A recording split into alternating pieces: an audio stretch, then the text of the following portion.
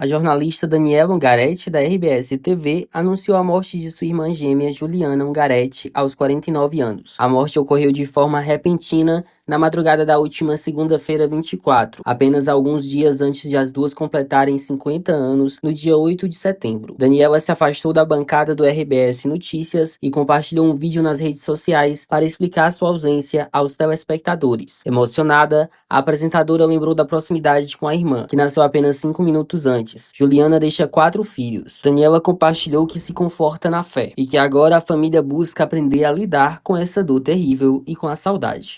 Muito obrigado por ter chegado até o fim do nosso vídeo. Gostou do nosso conteúdo? Então já deixa aí seu like, comenta e também compartilha esse vídeo nas suas redes sociais. Aproveita também para se inscrever no nosso canal e, claro, ativar o sininho. Quer saber mais informações sobre o tema que a gente tratou aqui? É fácil, é só acessar o portal O Povo. O link está aqui embaixo na descrição. Até a próxima. Tchau, tchau.